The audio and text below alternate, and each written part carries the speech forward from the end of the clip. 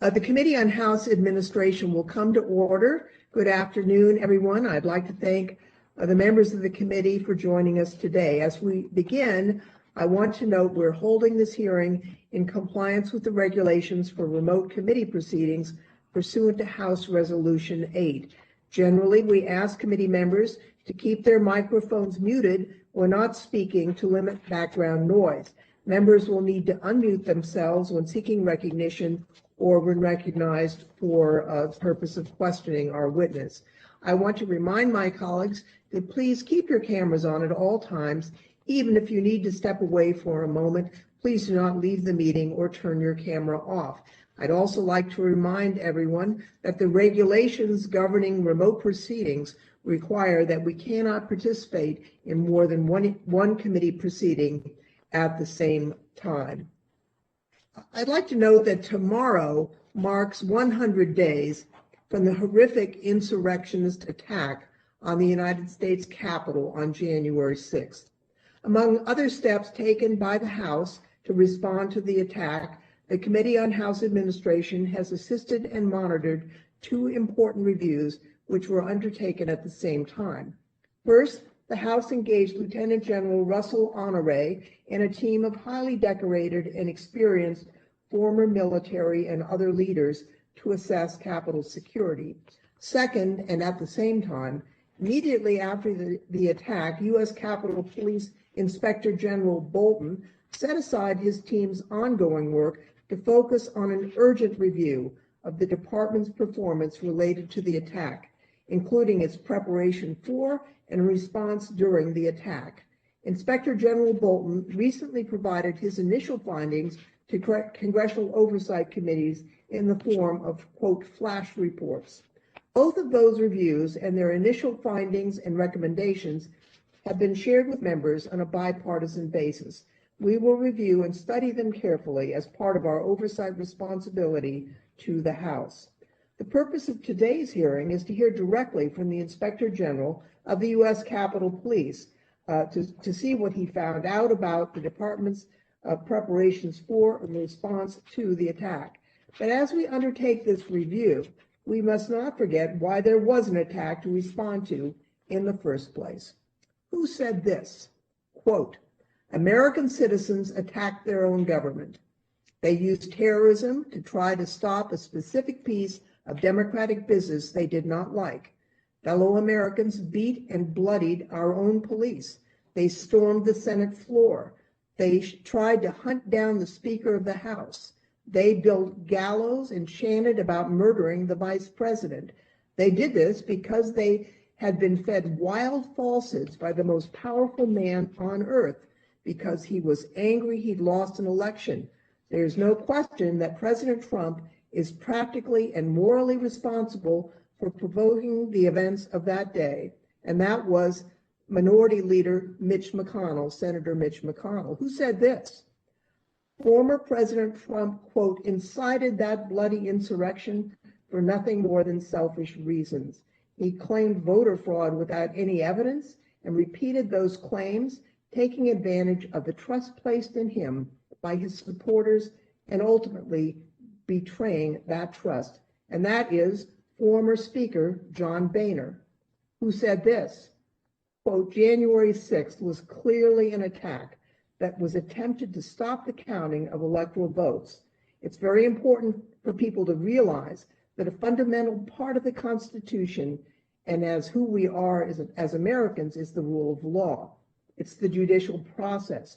The election wasn't stolen. There was a judicial process in place. If you attack the judicial process, you attack the rule of law. You aren't defending the Constitution. You're at war with the Constitution. And that was Congresswoman Liz Cheney, the Secretary of the Republican Conference.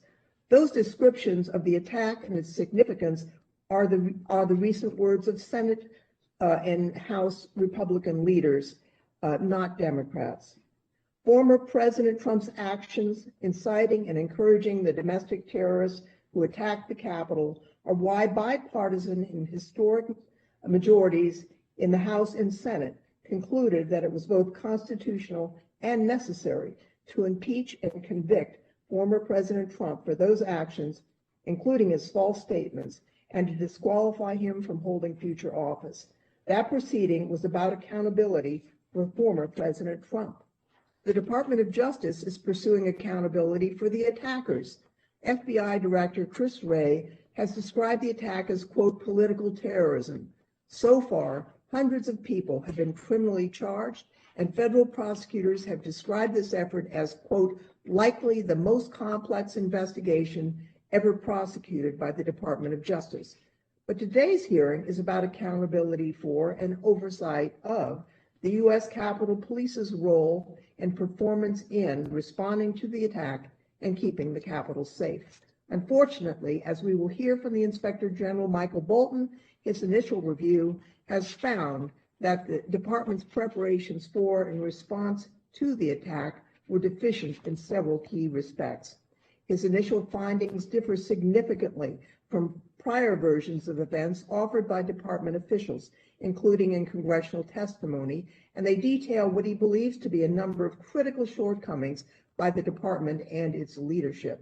The deficiencies and inadequacies the Inspector General has identified to date can be characterized in four key themes. 1, training. 2, planning, policies, and procedures. 3, intelligence. And 4, leadership and culture. Today's hearing is focused on the U.S. Capitol Police, but let us be clear that our important and necessary review of the department's performance as an institution and its leadership does not diminish the courage and the valor of the men and women who so bravely fought to defend the Capitol on January 6th. Officers lost their lives as a result of this horrific attack. Scores more, not just from the Capitol Police, but other responding agencies, suffered grievous injuries. For example, officers were viciously beaten with flagpoles, including some displaying Blue Lives Matter flags and the American flag. They were assaulted with powerful bear spray and other chemicals. An officer was crushed in a heavy door as he was attacked. An officer who was beaten so badly she lost consciousness. Another officer lost an eye. Another lost fingers. Another officer had his own taser used against him to the point that he suffered a heart attack. Dozens of officers contacted COVID, an illness that we're still coming to fully understand, but that doctors believe can have serious long-term effects, including significant neurological and cardiac problems. In our nation's history, 6 citizens have lain in honor in the Capitol Rotunda. Of those distinguished Americans, 4 were U.S. Capitol Police officers who made the ultimate sacrifice to protect the nation's Capitol. 2 of them, Officer Brian Sicknick and Officer William Billy Evans, made that sacrifice in just the last 3 months. This afternoon, as Officer Evans was laid to rest in Massachusetts, let us remember and honor their memories. And let us all work together to make the Capitol Police Department stronger and more effective, not just to keep the Capitol and those who work here safer, but to keep the men and women who wear its uniform safe as well. The January 6th attack was a horrific, traumatic event for everyone who was present, their families and loved ones, and those who witnessed it, for the whole country. I would like to take a moment to remind all members and legislative branch staff that counseling and other assistance is available to you should you need it. I would now like to recognize our ranking member, Mr. Davis, for the purposes of providing an opening statement. Thank you, Madam Chair. And before I get started, I want to take a moment to also thank our Capitol Police officers. On Tuesday, we honored the life and service of Officer Billy Evans. The death of Officer Evans follows the tragic deaths of Officer Sicknick and Officer Liebengood. To say it's been a difficult few months for our officers would be an understatement. Our officers on the front lines need to be commended. Not a single staffer or member was physically injured on January 6th, and that's because our officers did their jobs. I have heard from so many of our officers and know that many are struggling. For every single officer that is watching, please know that the job you do on a daily basis does not go unnoticed. You are appreciated, and please don't be afraid to seek the help that you need. As someone who knows how traumatic events can impact our mental health, know that professional assistance can make a big difference. With that said, I'm glad we're having this hearing today. It's long overdue. It's been more than 3 months since the attack on the U.S. Capitol. This is the first hearing this committee is holding on the issue. This committee that has primary jurisdictional oversight of the U.S. Capitol Police, House Sergeant at Arms, and the architect of the Capitol. Although I'm glad we're having this hearing, I think we've skipped a step. This committee has not heard from anyone involved in the decision-making process surrounding January 6th. Our members have not been able to question under oath any former or current leaders within the U.S. Capitol Police or House Sergeant at Arms. This is critical to our oversight of these entities. The night of January 6th, I actually spoke with Chairperson Loughran and Speaker Pelosi on the floor about working in a bipartisan way to ensure an attack like this never happens again. They agree. Unfortunately, that was the last bipartisan conversation we had regarding January 6th in the House, despite my efforts to keep the conversations going. Since then, at the direction of the Speaker, preservation and production requests from my office have not been honored by the House Sergeant at Arms and the House Chief Administrative Officer, both entities controlled by the Speaker. In addition, dozens of Democrat members of the House have, without any evidence, publicly accused Republican members of giving would-be rioters reconnaissance tours of the Capitol on January 5th. To my knowledge, there has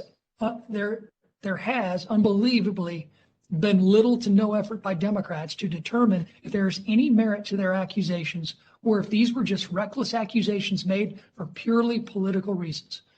I, for one, would like to know the truth.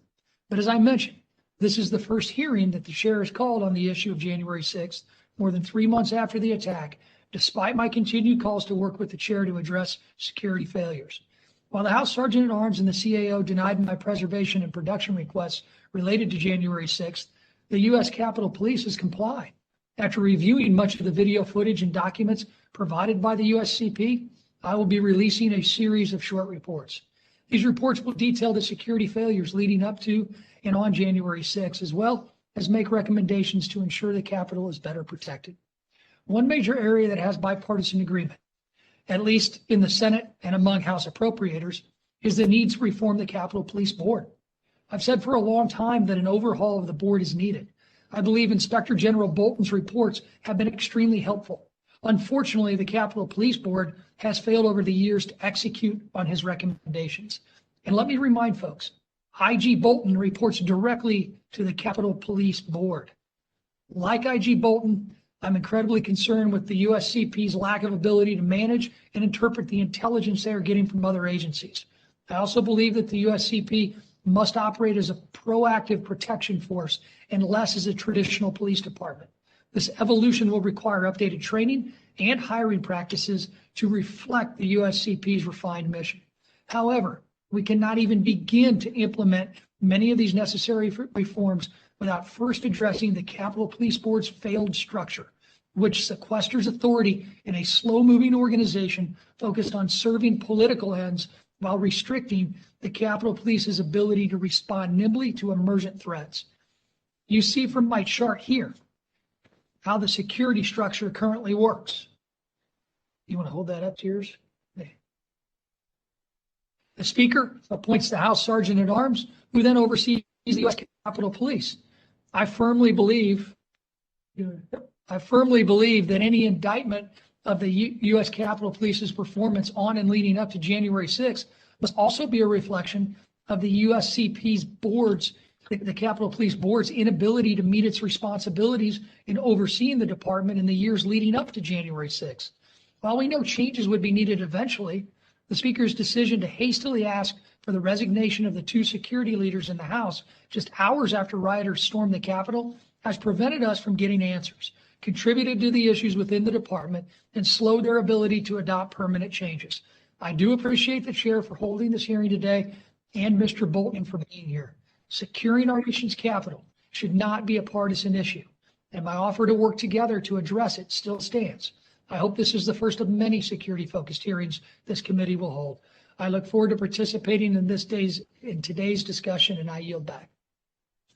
Gentleman yields back.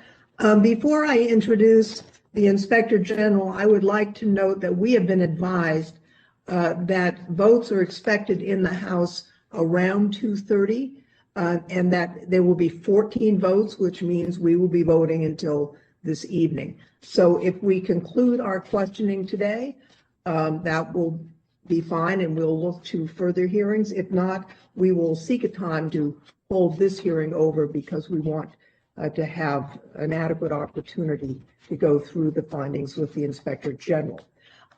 Inspector General Bolton, I'd like you to note that your full testimony will be made part of the record and will remain open for at least 5 days for additional materials to be submitted. As we know, the Inspector General has been with the United States Capitol Police for 15 years. When the office was created in 2006, he joined as the Assistant Inspector General for Investigations. He became the Inspector General in January of 2019. Prior to his service with the department, Inspector General Bolton worked at the Department of Treasury as a special agent in charge of the Office of Investigations. Inspector General Bolton also served for 21 years in the United States Secret Service, including service on the Presidential Protection Division. The committee is grateful, Inspector General Bolton, to your service for our country, and you are now recognized to deliver your testimony. Thank you. Good afternoon, Chair Loughran, Ranking Member Davis, and distinguished members of the Committee on House Administration. I appear here before you to discuss the Office of Inspector General's review of events in regards to the United States Capitol Police operation, programs, policies that were in effect during January 6th. I'd like to extend my appreciation to the committee for holding this hearing. This hearing is different in many ways.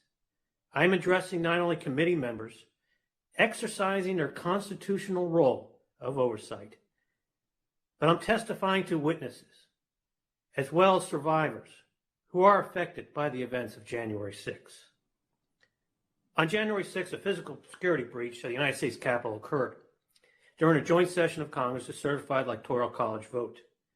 My goal is to provide each of you with a better understanding of how the events of January 6th occurred in relation to the preparation, response of the department. Provoking factors outside of the department's control were involved. Other entities are reviewing those aspects. I will discuss the non-law enforcement sensitive findings detailed in my 2 flash reports.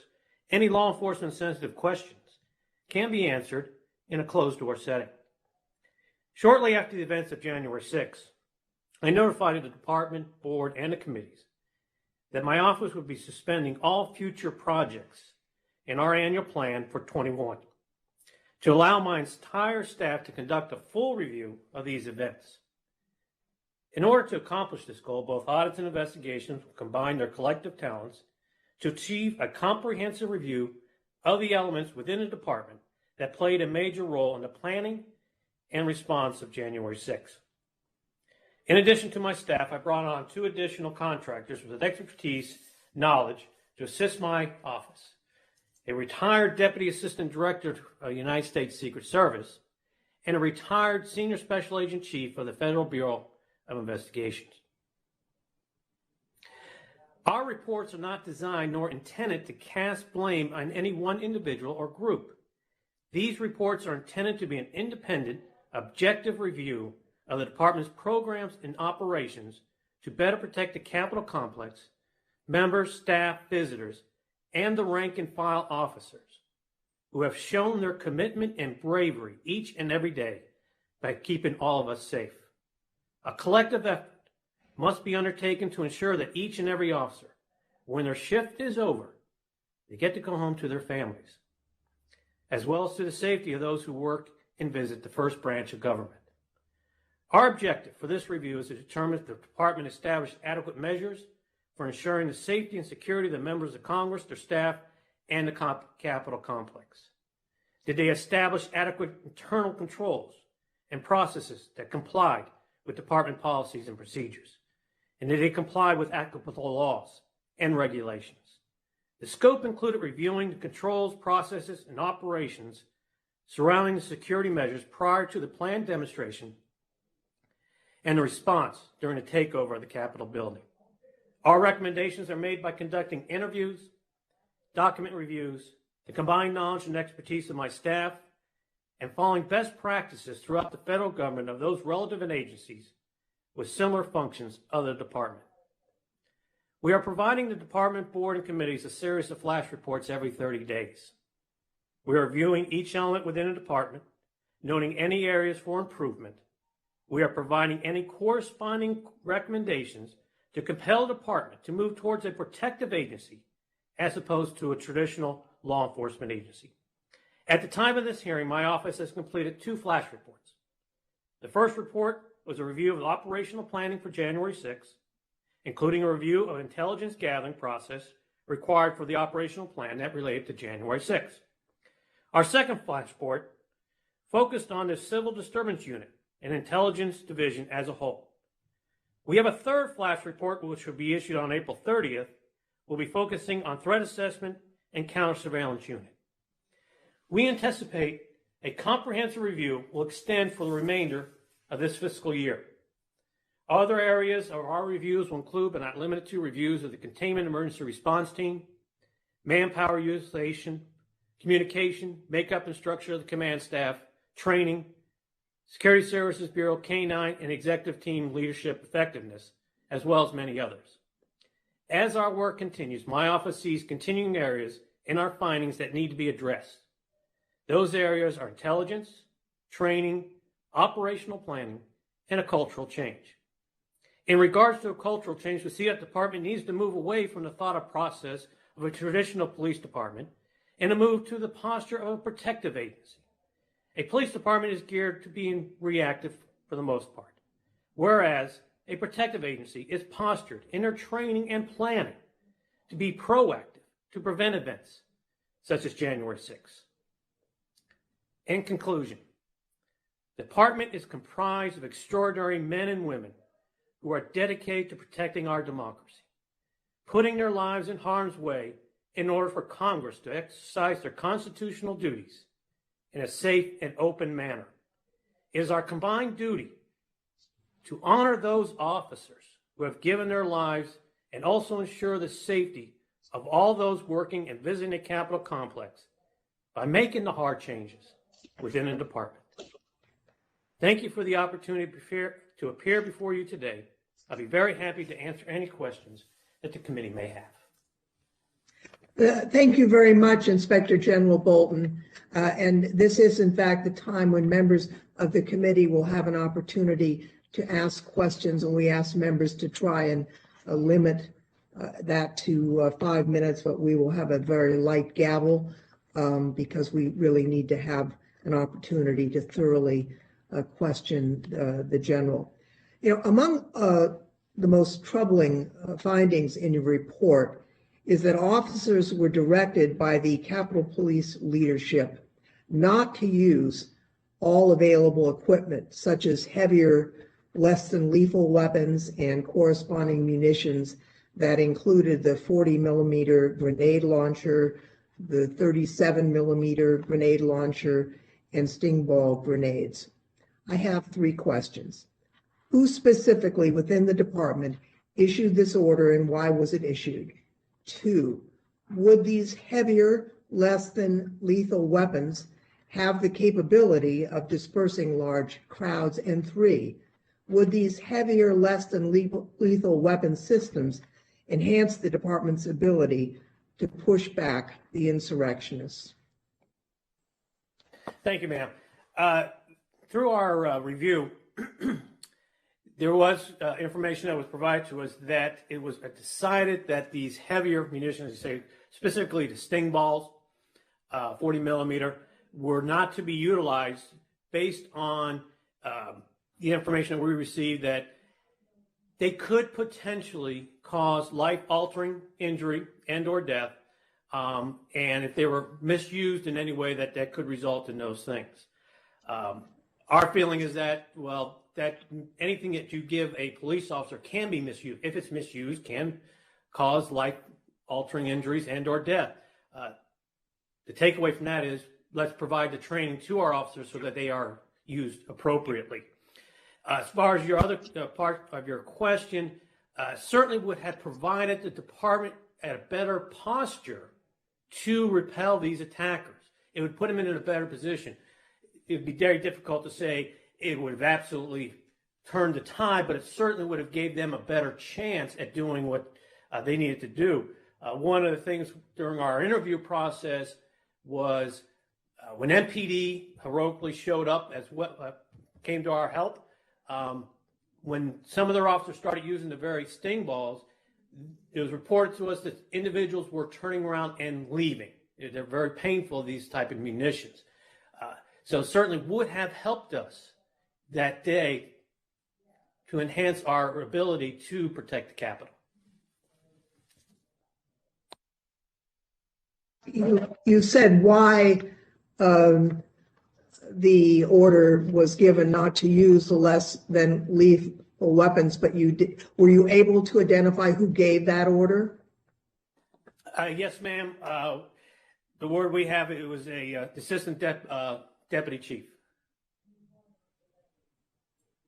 All right. Mr. Davis, you are now recognized for 5 minutes. Thank you, Madam Chair, and great questions. Thank you for your responses to those from Chairperson Lofgren, Mr. Bolton. And again, thanks for being here. Thank you for the briefings that you've hung in there to give to me and to our members. There's nothing more bipartisan than getting to the bottom of how we prevent another attack like we saw on January 6th. You mentioned in your report that the department can improve recruitment and hiring and retention of officers. What steps do we need to take within the Capitol Police to do that? Thank you, sir. One of the we need to think outside the box in a sense. And granted, there will be certain things that will need a legislative branch or legislative fixture in it, but we need to think of recruiting those who have already have the law enforcement police training, whether it be a local agencies around here that have a very robust, large training academy where we can offer them, in other words, signing bonuses, for lack of a better term. If they have a college degree, a 3.0, we give them X number of dollars. If they don't quite have a 3.0, then it's a little lower. We try to offer incentives to bring on people and recruit them. And if they already have that training, there's really no reason to bring or send them down to the Federal Law Enforcement Training Center, which is a 12-week program. Plus, we also cut out the time of the recruitment and all of the other things that go along with trying to bring people on board. And we tailor our training out in Cheltenham for those individuals that already have the law enforcement training to train them in our operations. And the Capitol Police Work is unique for us. That way we can cut down on the time, bring on individuals who are already trained. Then we could also offer bonuses, either X number of dollars in cash or here's something for your student loan. And that way we can speed up bringing bodies on board as quickly as we can. Seem like some interesting ideas, and I certainly hope as we look forward to solving problems and getting more officers on the force, they look at some of your suggestions. I mentioned the Capitol Police Board earlier. Can you explain the purpose of the Cap Police Board, and can you tell us, is that structure similar to other federal law enforcement agencies, or do any other agencies have a similar board? Given that the Capitol Police Board is really not under my purview, I have absolutely no jurisdiction with concerning the board. I report to the board. That is true. I'm unfamiliar with at least the agencies that I belong to would have that kind of similar setup.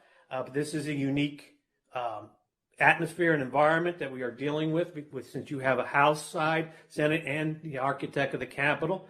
That is certainly discussions that I understand Homeland Security over the Senate side are looking into, and I believe that they'll be issuing a report May 1st or that's sometime around there.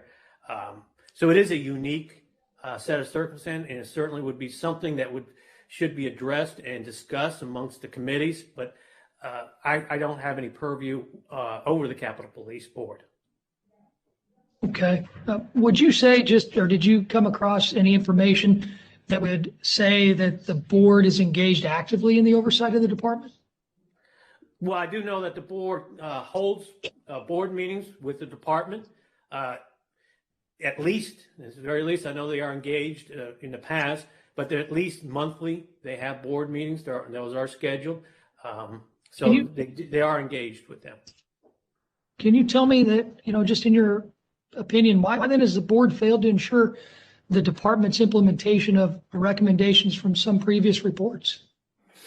That I wouldn't be able to opine on, but I would say that I do know that the department weekly provides the board with the list of open recommendations to the board members. That's as far as I know. As far as what, again, like I said, I don't have any purview over the Capitol Police Board. I got one real quick question, last question I have before my time runs out. And I know I'm asking about the Capitol Police Board, but I think the American people need to understand the limitations that any Capitol Police chief has to address security issues here. And a lot of it, I believe, is due to the political appointee and political structure of the Capitol Police Board. But in your opinion, could the Cap Police Department implement any of the recommendations contained in your reports without board approval? Certainly, yes. I see that there would be nothing that would prevent the department other than, and we are always cognizant of, whether it be a budgetary issue or something that needs to be approved by the committees, but as far as that the board has never interfered or stopped the board or the department from implementing my recommendations. Okay, so the department could implement some of your recommendations without that board approval. That's true and correct. Okay, well, hey, IG Bolton, thank you so much, and thank you, Madam Chair. Thank you. I turn now to Mr. Raskin for his questions. Madam Chair, thank you very much, and thank you to Mr. Davis for convening this hearing. Mr. Bolton, the Department of Homeland Security, under both President Trump, former President Trump, and President Biden, has said that domestic violent extremism is the #1 terror threat in the country to the American people. The kind of groups that participated in the January 6th onslaught and siege against the Capitol, the racist, white nationalist, anti-government group. So we can expect that there's going to be more of this coming. It looks like this pattern of violence is actually accelerating. So we've got to get this right. One of your flash reports examined the civil disturbance unit and identified a number of deficiencies there, including a lack of adequate policies and procedures. Do we have a dedicated full-time professional civil disturbance unit? And if not, why don't we? And do we need to change the structure of it? Thank you, sir. The department currently, the way it's constituted, the Civil Disturbance Unit, CDU, is more or less, I would describe it as an ad hoc unit, where they will pull officers from the Uniformed Services Bureau to take up those assignments. Our recommendation is that they become a standalone unit. They become, with solid policies, procedures, to training, not just initial training. Initial training is great and wonderful. But in order to be truly effective, you've got to have that continuous education, continuous training, retraining. Those are important elements. They need to have a standalone unit, whatever size that the department deems appropriate, and that's their full-time job. And then now you suggest in your report that service in this unit, at least in its ad hoc configuration today, is seen as undesirable by the Capitol Police officers. Can you explain why that would be and what can be done to make it a more desirable assignment? And what effect it would have to create what you're suggesting, a more permanent, prepared, and professionalized civil disturbance unit? Well, one of the ways you can actually incentivize is the department certainly has the authority to designate certain units as hazardous duty pay, where they will receive additional funds within their normal pay. You can classify as, well, back in like the day, as a firearms instructor for the Secret Service, we had what was called tech pay. So it was additional to incentivize to get people to want to actually belong to that unit. And I firmly believe that when you create a specialized unit, a standalone, that receives the additional training, that receives the recognition that they are, as you would say, professionalized, that naturally is going to attract others to want to belong to an elite unit that they can take pride in, something that they can say, yes, and they have a... Can I ask you, Sure. is one reason that we haven't done this before, that it's maintained this ad hoc status, because we think that there's not been enough violent coordinated attacks on the Capitol to justify the creation of an independent standalone unit within the Capitol Police? Is that why it's not been done before? I wouldn't be able to answer that, sir. We haven't conducted any kind of work that would determine the mindset of the department of why they're kept it as an ad hoc. Only thing we can do is point out that our recommendation is that they need to become a standalone, highly trained unit. Okay. I can't speak for them. I appreciate that. All right, here's my final question for you. You've made a bunch of recommendations for reform at the Capitol Police. Can you highlight for us which ones you think are the most important, the most urgent, and then what you need from us as the principal committee of jurisdiction to help the department implement these reforms? As even in my opening statement, and Chair Loughran pointed out, we need a intelligence bureau. Right now, it's considered an intelligence division. It comes under the Protective Services Bureau. It needs to be a full-service, comprehensive bureau. And some of the elements, and you'll probably see in our subsequent flash reports, where we're going to be recommending some elements within the Capitol Police to be moved over to that intelligence bureau. It needs to be elevated to a bureau level. With that said, they need additional training within the analysts who are going through the intelligence as it comes in, being trained to be able to read it, understand it, disseminate it, and having the knowledge on what. An example, intelligence is like a puzzle. You get bits and pieces, and you've got to formulate a picture. In all my years of experience in doing leads and advances for the president's detail, I've never saw a intelligence document that's going to say, this is exactly what's going to happen on this date, and here's where it is going to be. It's always something that you have to read in between the lines, disseminate, and you have to have trained professional analysts to be able to do that. Training is another. Training is critical to have in a department.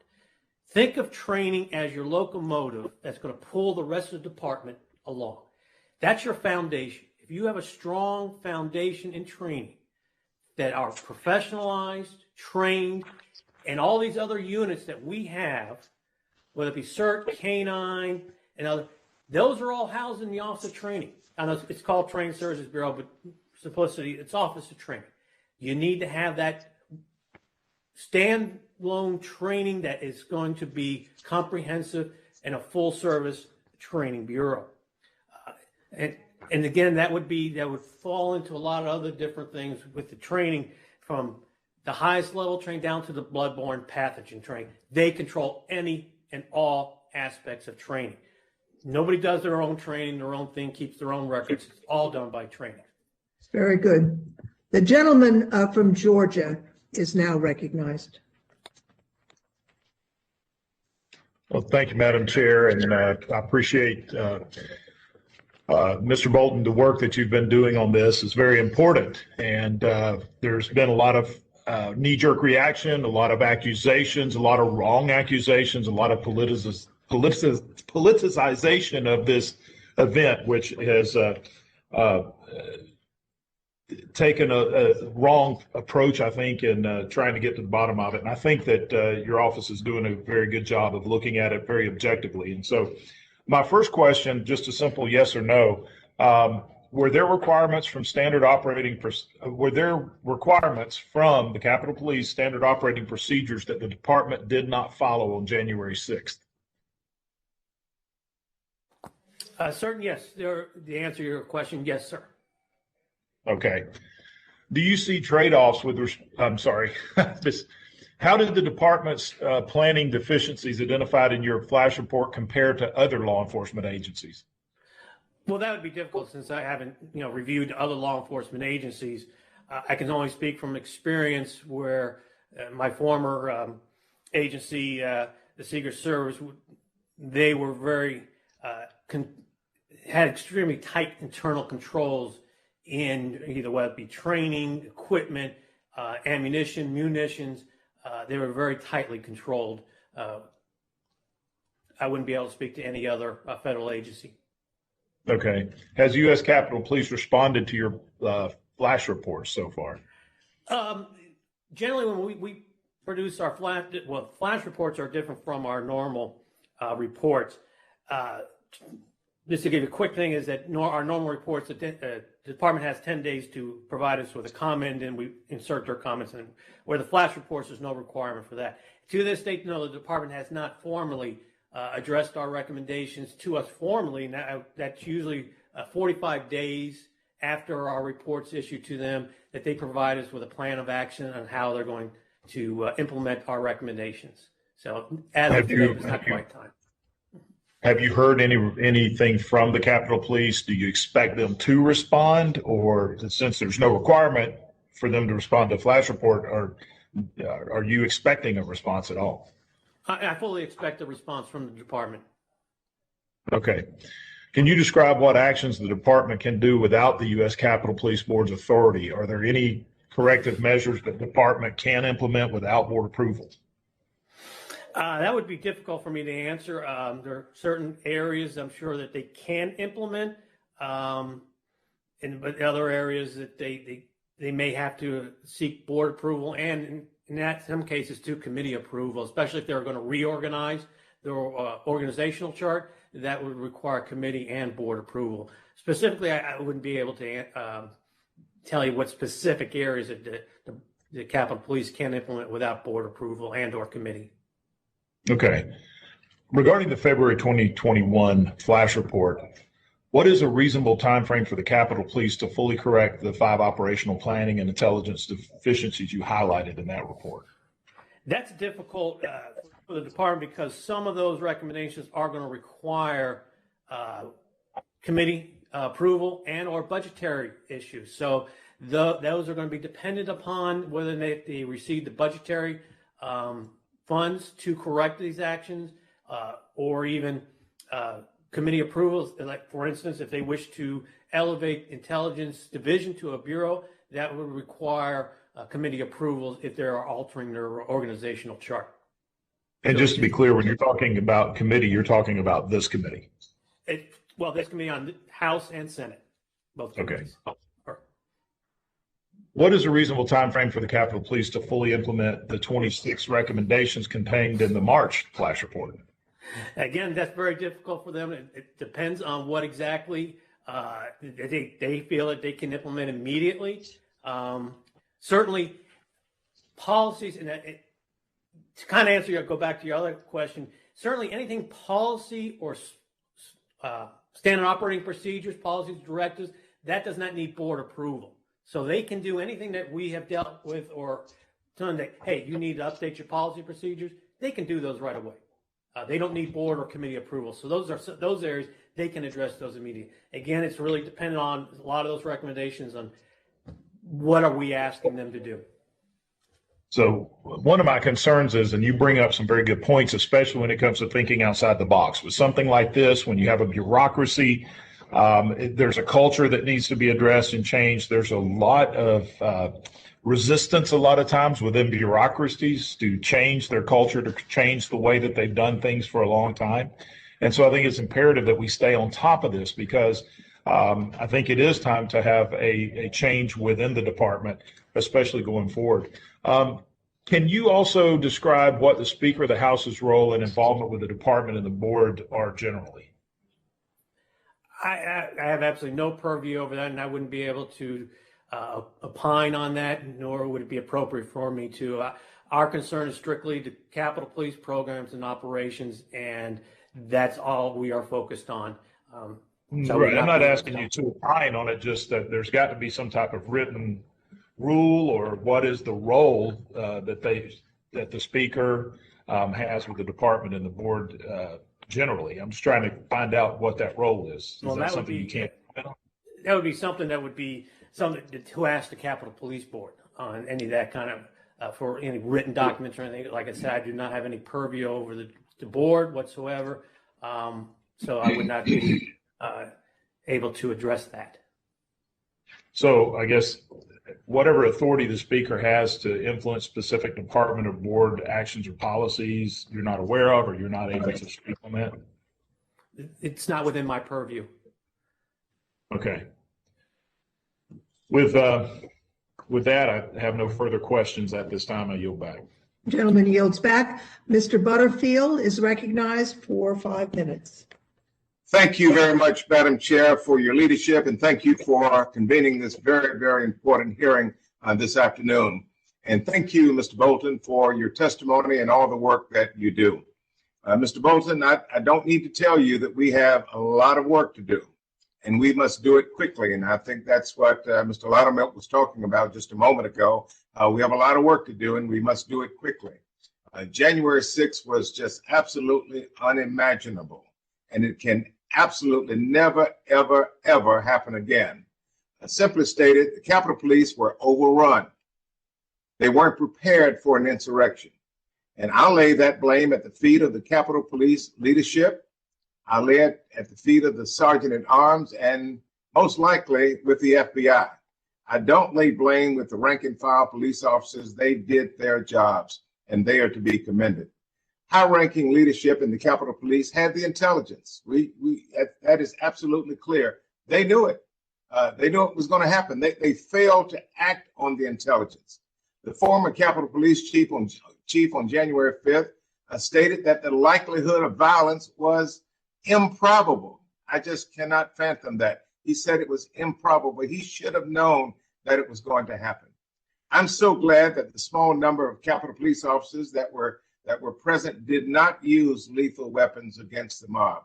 I may be in the minority on that. I don't think that I am, but I am so glad that the Capitol Police did not use lethal weapons. There would have been mass casualties, police and citizen casualties alike. The simple explanation of January 6th is that the Capitol Police leadership failed to sound the alarm that an insurrection was probable. And so my question, sir, is based on your flash reports, it appears that the department's training practices are lacking. And I think you may certainly agree that the department's training practices are insufficient. If you disagree with that, please let us know. But what are the general responsibilities of the department's Training Services Bureau? Thank you, sir. I wholeheartedly agree with you about the Training Services Bureau.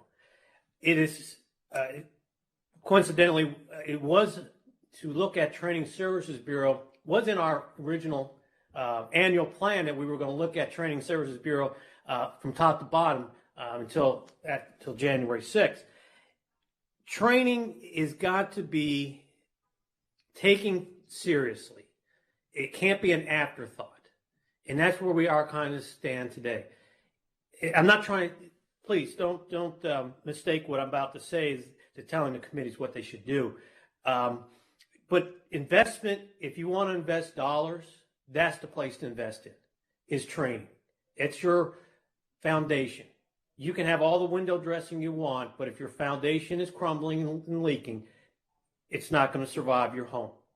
Mr. Bolton, let me get your answer in the record on this. Did training deficiencies contribute to the department's inability to carry out its mission on that fateful day?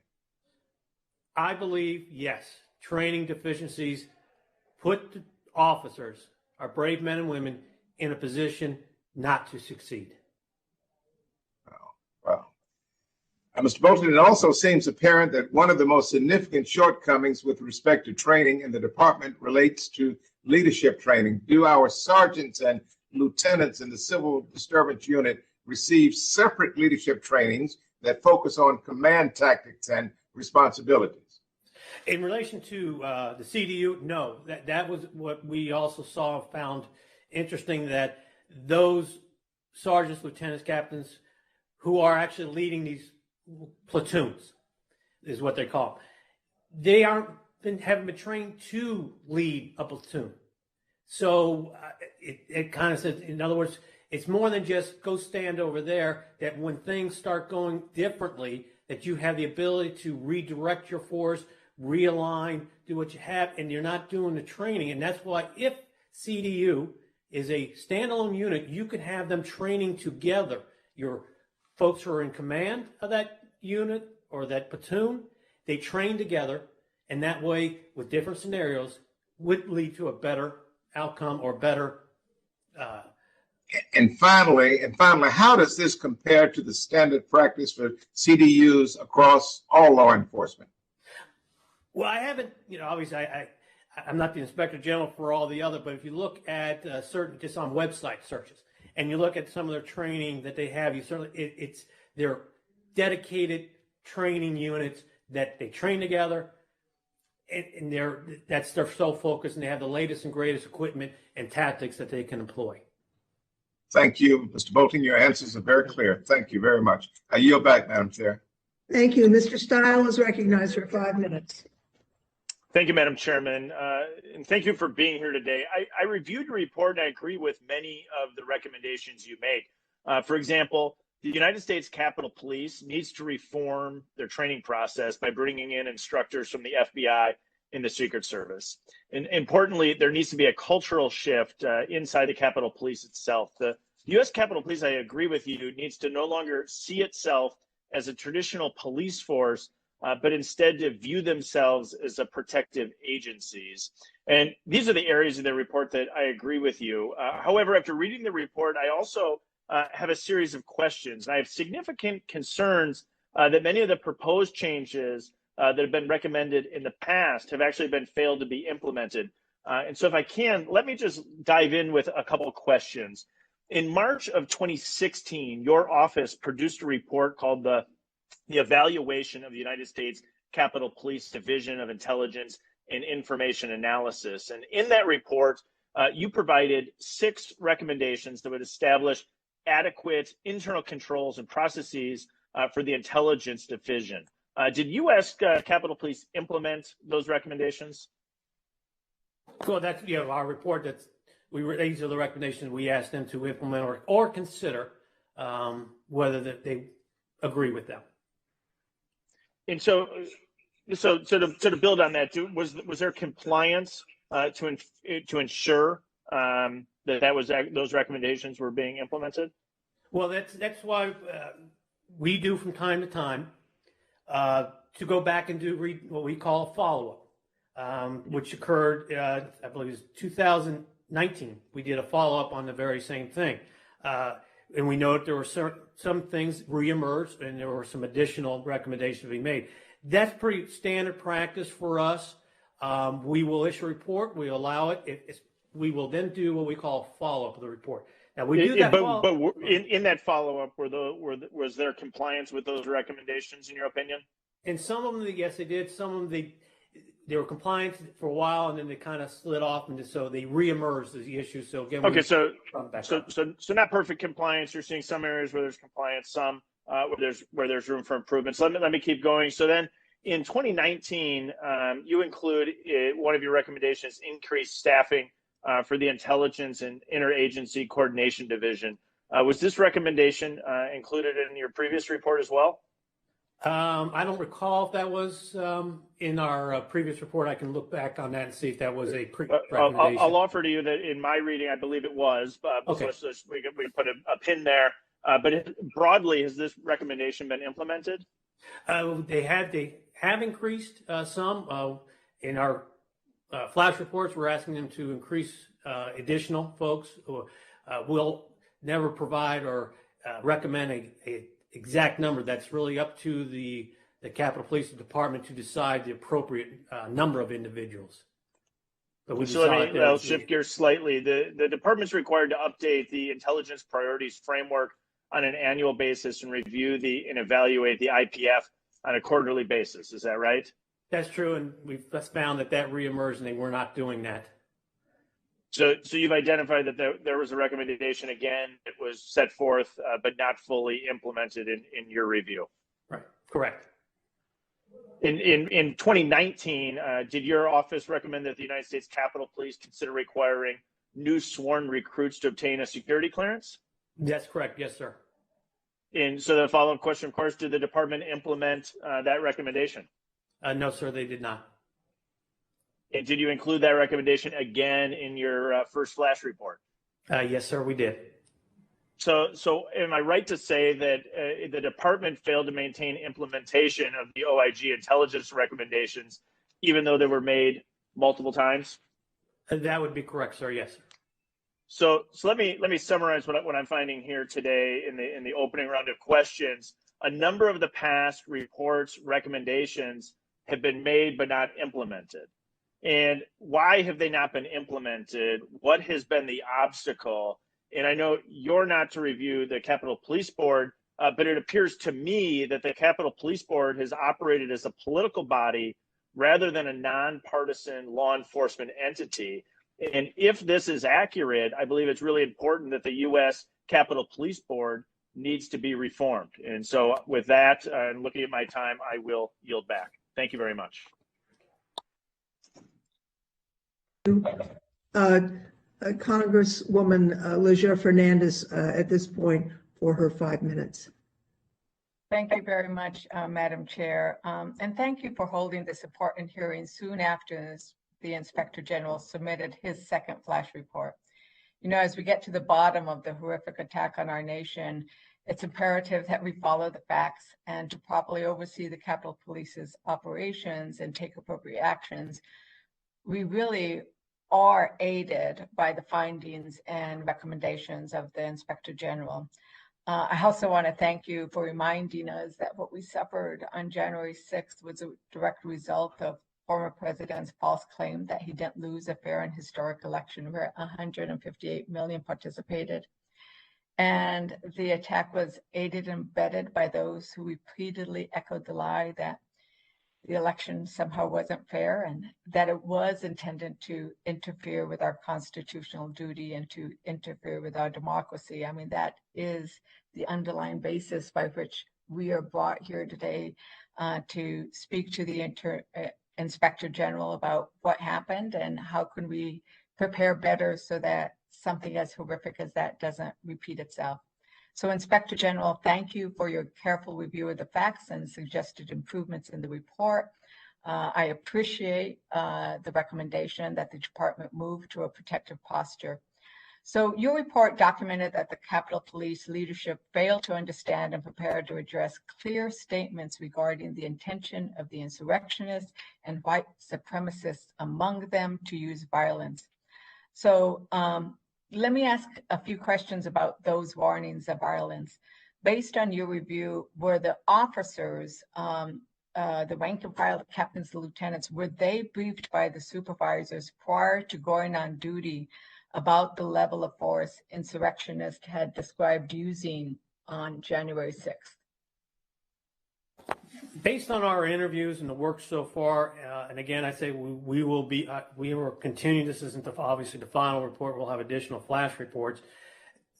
No, the answer to your question, no, we haven't seen where the basic line officers, the rank and file, were briefed totally on the intelligence that they have. And that's one of the reasons why we're saying, let's get our folks with security clearances that they can have the ability to view any type of intelligence documents and not any type of watered down. They get the information that they need to do their jobs and to be safe. Right, so that way they would have been prepared, would have been in anticipation of what might be coming at them. And I want to follow up on that in terms of what should go down to the rank and file. Your recommendation about creating a intelligence bureau and the need for training for the intelligence bureau, what kind of training do you believe also then needs to be done for the officers regarding dealing with domestic terrorism and dealing with these kinds of threats? Well, that's where they need to look. To give you a quick example, and I'll try not to be too long-winded, that when I was assigned to the Office of Training at the Secret Service, one of the things we would do, we would go out to various agencies, military, local, state, and look at how they were doing it. And we'd gather all the information and bring it back with us, and then we'd go through it and see how it would best work for us and our mission. So that's the thing. You have to go out and you try to gather and research all kinds of ways that other police officers or police departments or military are utilizing. We'll just use the Civil Disturbance Unit as an example, how they do about it. What kind of equipment do they have? We bring it back, we look at it, we analyze it.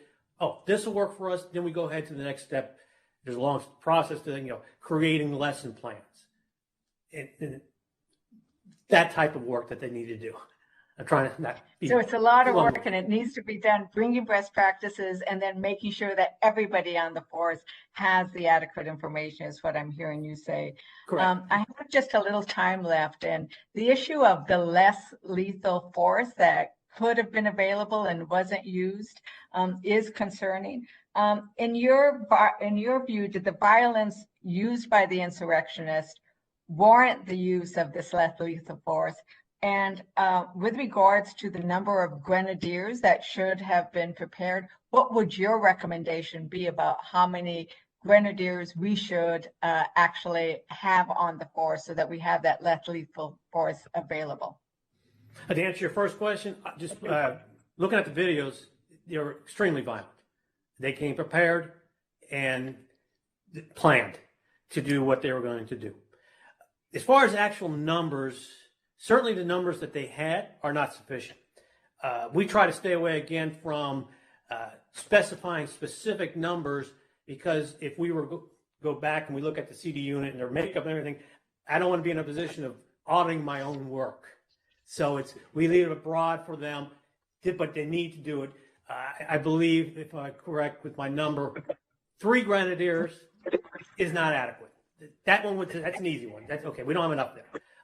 But certainly there needs to be more trained and properly equipped people who can use that equipment effectively and safely.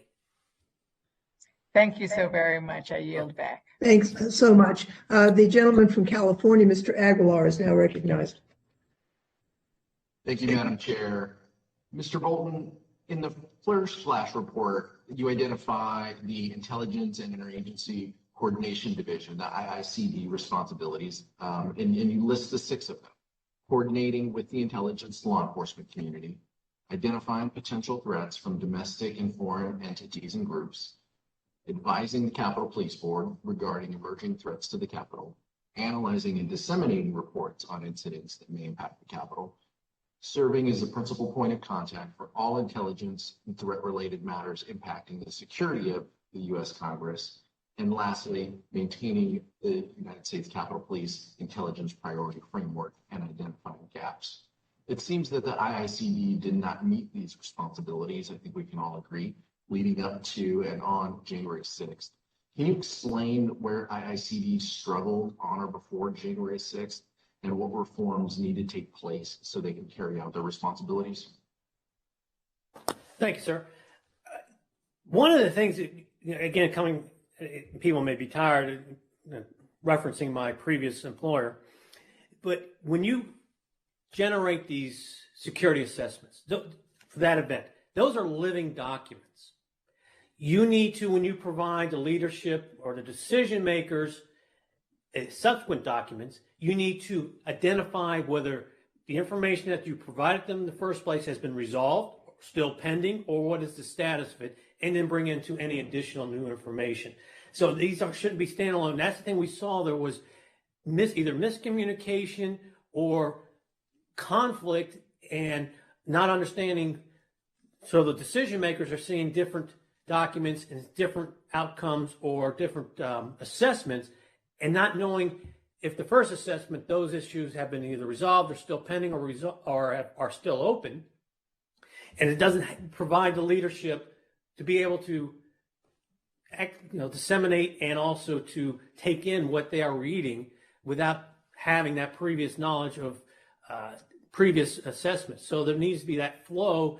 Consistency is the, when you have conflicting intelligence reports, one report is saying improbable for we're going to have violence, but another one's talking, they're coming after the Capitol, what have you. Where's the consistency? You're getting mixed messages. We need to be consistent in producing what we know to the decision makers in a consistent manner. In your reports, you also talk about making previous recommendations that were not followed through with U.S. Capitol Police. What's your degree of confidence that even if we do come up with new framework, new recommendations, how do we ensure that it's institutionalized in their body and that recommendations are followed and adhered to? Well, that's part and parcel of what we do. We do the follow-up reviews to ensure that the department is following and keeping the recommendations that they've adopted, that they're still current. So that would be part and parcel of not just intelligence division, but throughout. I'm sorry to interrupt, but in your flash report, you mentioned some specific cases from the past where you did issue findings, you were given information, they were cleared, and then you came back, just like you're talking about, which is great, to come back and to do a review, and then you found there were more deficiencies. So I guess what I'm asking is, at what period do you say there's systemic issues here that they aren't following through if they're just showing you enough to get by, so to say, in a report card versus actually institutionalizing the changes? If it's a serious enough issue, and if it was a continuing problem, then that would be incumbent upon me to notify the committees of a serious problem. Within the IG community, we have something that's called a 7-day letter, which compels the department to answer certain questions, and that letter is also sent to the committees of jurisdiction, so they are made aware of any if something like that occurred, that we would be able to elevate it to the committees. What's your threshold to send a 7-day letter? At what point in which the back and forth would you be frustrated to send a letter? It's a very high threshold. In my career as in the Inspector General community, I have only seen one 7-day letter issued to the committees, and that was from when I was Department of Treasury, Office of Inspector General.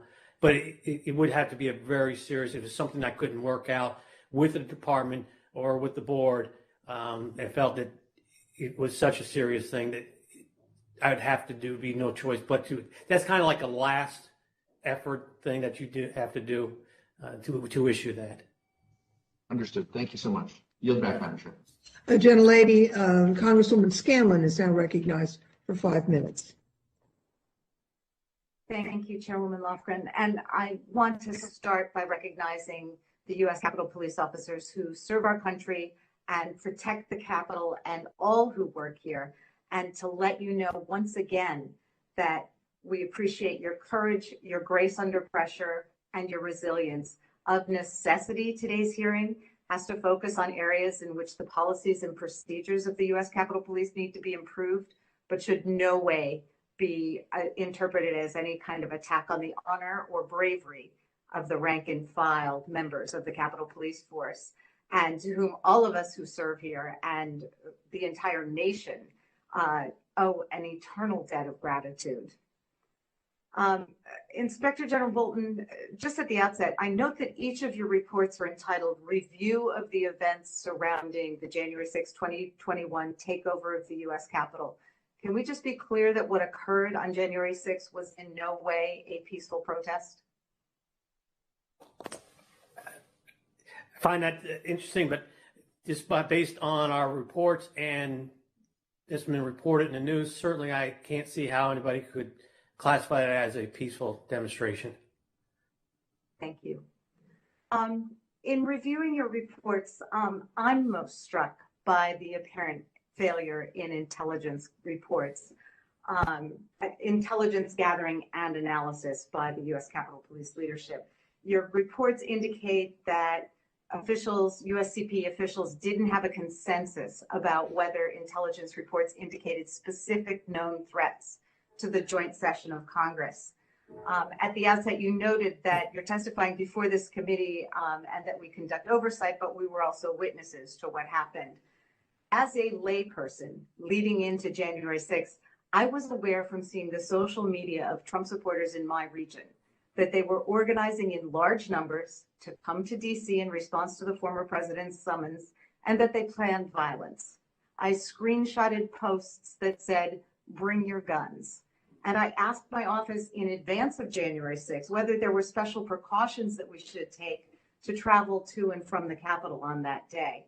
So my big question is, why didn't the Capitol Police know? Are they too siloed? Did they ignore evidence? So can you kind of describe overall the department's overall intelligence capabilities?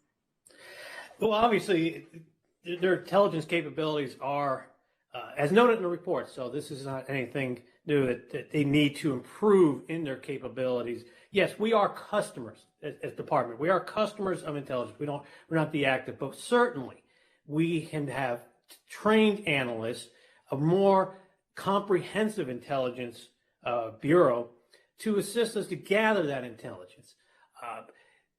It's the issue, and sometimes to give you a quick story, when I was a young agent, a senior agent came to me and said, "Look, Mike, yeah, the president's been to this particular site day in and day out, or numerous times. Just because it worked last time doesn't necessarily mean it's going to work this time.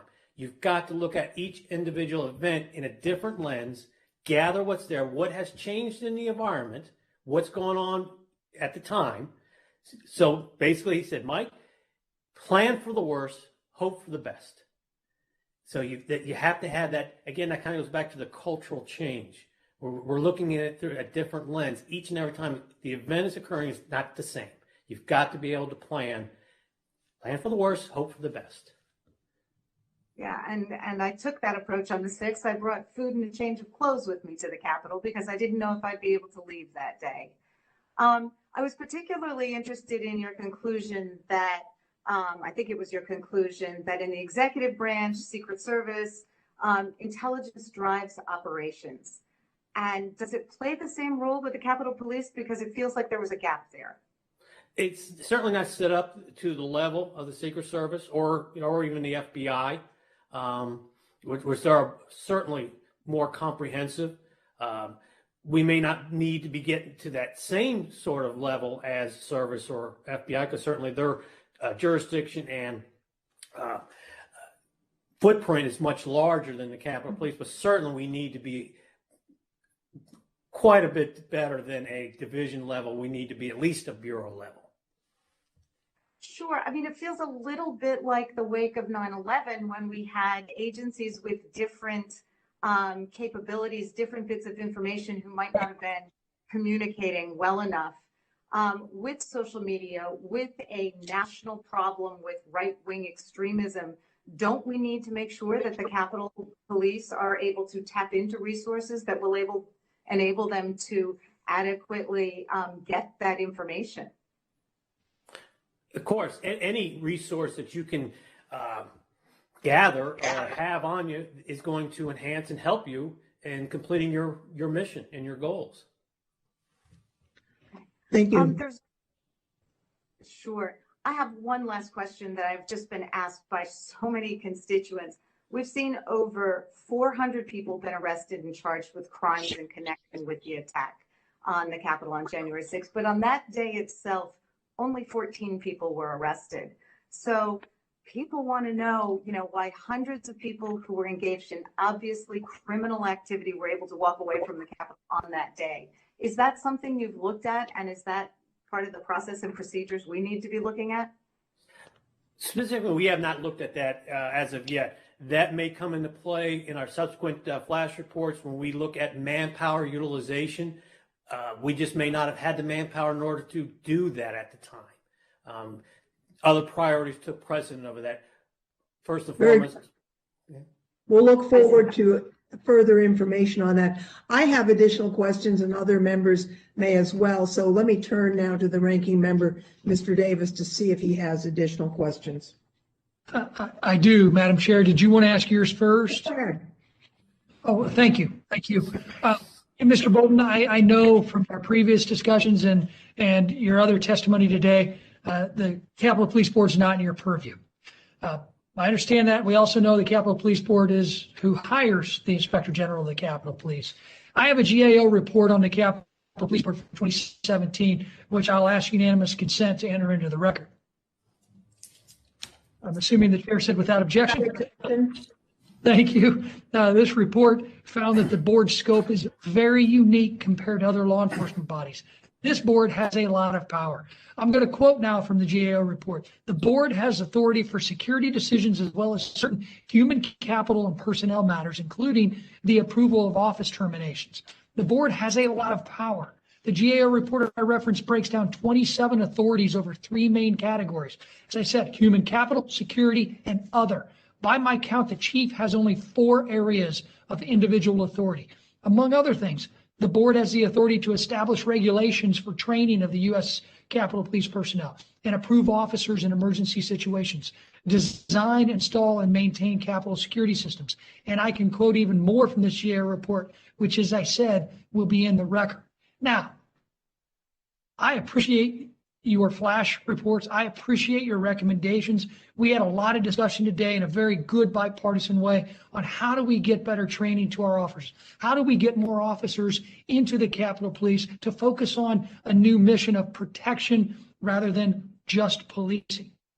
But the GAO report, Mr. Bolton, clearly lays out that it's the Capitol Police Board, this board, that's made up of the House Sergeant at Arms, the Senate Sergeant at Arms, and the Architect of the Capitol that has the authority to implement the recommendations you're making.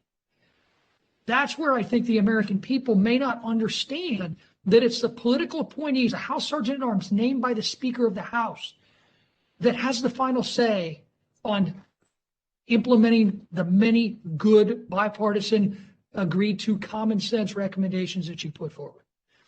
That's why I think it's important for us as a committee to be able to hear from those House officers. Not just you. I want to hear from the people who have purview over the Capitol Police Board because they're on the Capitol Police Board. And I want to know what they are doing and what they have done to actually help or hinder the implementation of many of your recommendations over the years and including now. So when we look ahead, based on your extensive law enforcement experience, give me your opinion. Is this the balance of power between the board and the department, the balance that you see will work in favor of us being able to implement the recommendations you've put forth? Thank you, sir. That's a difficult question to answer, but I may be able to at least give the committees something to think of or think about. Have an open and honest discussion. If we were constituted, the Capitol Police, speaking just specifically Capitol Police, have a similar structure as other federal agencies where you have a director. The director of the police security agency or protective agency. That's the individual that is going to be the person the committees will hold accountable. Ultimately has the responsibility of security on the Capitol complex, and then have, you have your chief of police who does day-to-day operations. So that something that they may want to discuss or look at that avenue for accountability, transparency, having a director that is in charge of the overall Capitol complex security. And that's the person that you would hold responsible or have questions if you needed questions to be answered. That's something you and I spoke about. I'm glad you mentioned it in the public hearing today, sir. I agree. My fear is that without further looking into the structure of what hindered former Chief Son's ability to respond or prepare for January 6th and to address many of the issues and the failures that you laid out in your reports, I'm afraid, though, that politics, and we all know from reports, optics got in the way. Many of these common sense recommendations you put forth that we agreed to won't be implemented because they're really truly controlled by the political side of Washington, D.C. now and into the future if we don't seriously, as this committee, address the Capitol Police Board's inefficiencies, terrible structure, and issues that we need to go moving forward. I appreciate your recommendation on the director. I think that's something that we need to seriously consider. But also at the same time, I appreciate your recommendations because we do need to look at changing the mission of the force. Better training is necessary, but we can't do that. And we can't trust that any chief, current acting chief or future chief that the Capitol Police Board may be looking at is going to be able to do that without politics getting in the way. So with that, Madam Chair, thank you for the time, and I yield back. Gentleman yields back. I would just note that the Capitol Police Board exists because it's in statute, and that was enacted into law before I think any of us here were in Congress. And my understanding is that it was enacted into law because of the need to coordinate between the Senate and the House. And just an aside, the members of the Capitol Police Board, although I guess in a sense as political figures, were all originally appointed by Republicans. Weirdly enough, the architect of the Capitol is an appointment of the president. And Brett Blanton, the architect who sits on the board, was appointed by President Trump. The Sergeant of Arms of the Senate at the time was Mike Stenger, appointed by Senator Mitch McConnell. And Paul Irving was originally appointed by Speaker John Boehner and carried over in that position by Speaker Pelosi.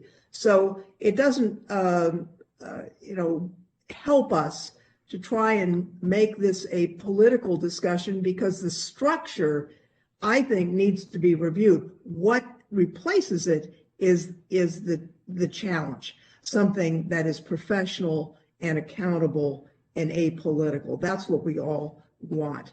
I do have a couple of additional questions, Mr. Attorney General. Your review found that there were significant failings of critical equipment on January 6th. For example, riot shields shattered upon impact and less lethal munitions stocked in the armory or beyond their expiration date.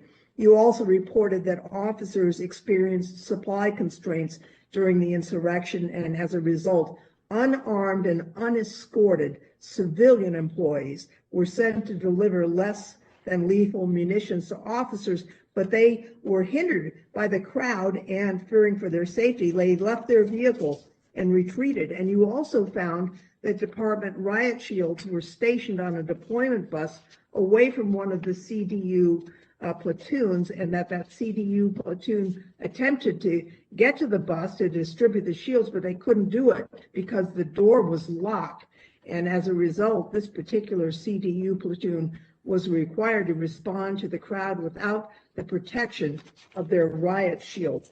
I'd like to know, who's responsible for ensuring that the sworn officers have up-to-date and effective equipment? Who is responsible for ensuring that officers are armed with the proper equipment before an event like this January 6th event? And I'd like to know how civilian employees ended up being put in the position that they were, and how the riot shields should have been distributed. And I think we can surmise that the lack of this equipment didn't help our brave officers in defending the Capitol and also themselves. Can you address those issues? Yes, ma'am. Ultimately, I would say it's the responsibility for officers having the proper equipment, training, and coordination is going to be your leadership. Not one, like I earlier I said, it's not one particular person. It's the leadership of the department as a whole. You are correct. There were civilians that were placed in that to correct something like that. We strongly would recommend that they have pre-positioned additional munitions that are in a secure location within the Capitol when you have these events, that you don't have to go out and get civilians to come in there to resupply you. You have that additional resupply there immediately. Part of the planning is, I was dismayed to see that our decon area for decontamination consisted of bringing cases of water to the officers.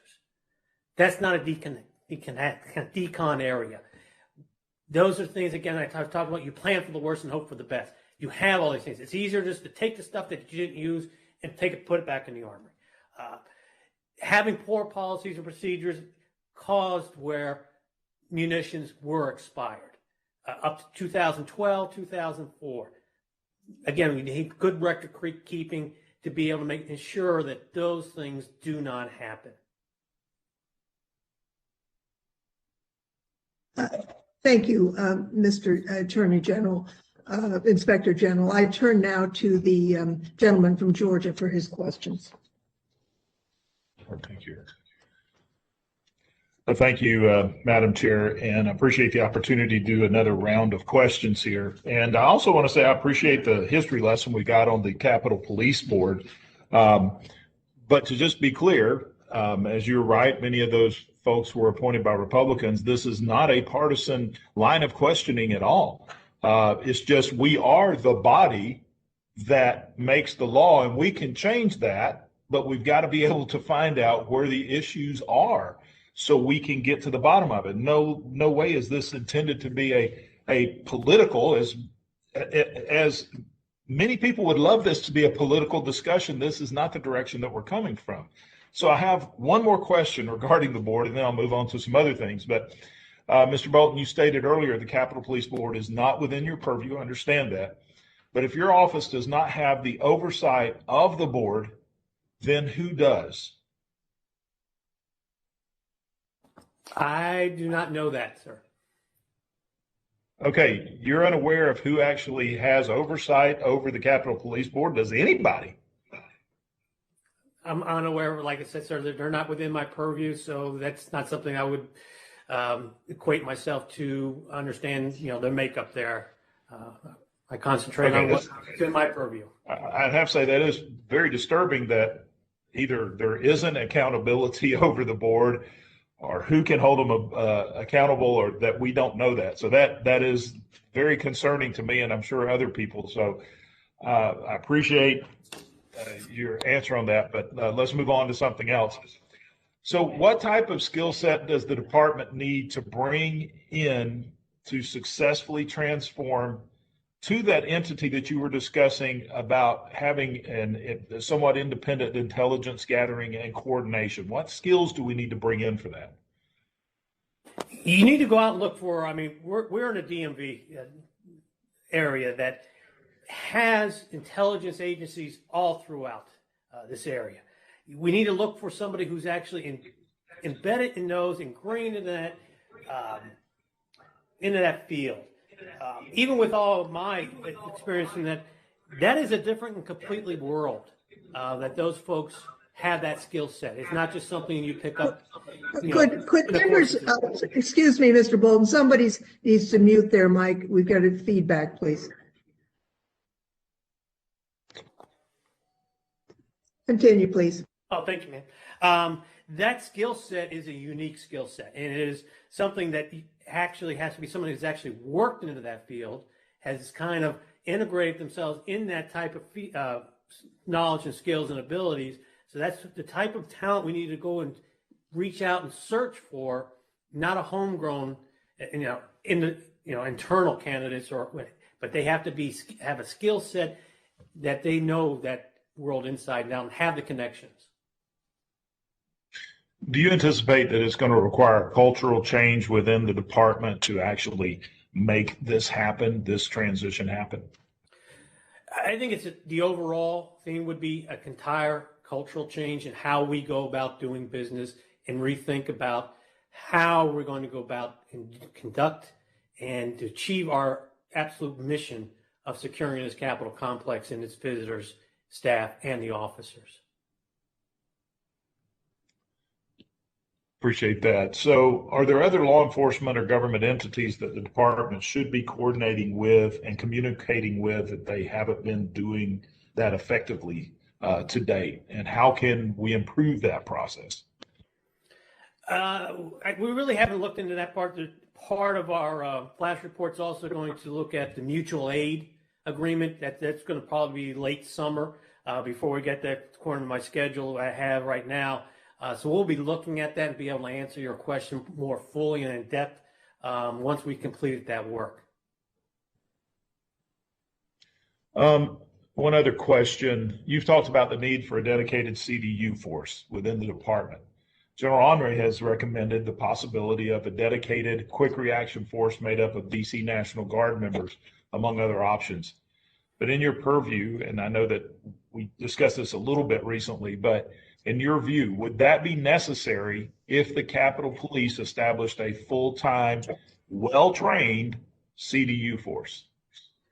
That's harder to sit there. You may always need that. That would be for the decision makers. Certainly our recommendation within my purview is a fully dedicated, fully trained and equipped CDU unit would certainly enhance our posture in securing this Capitol complex.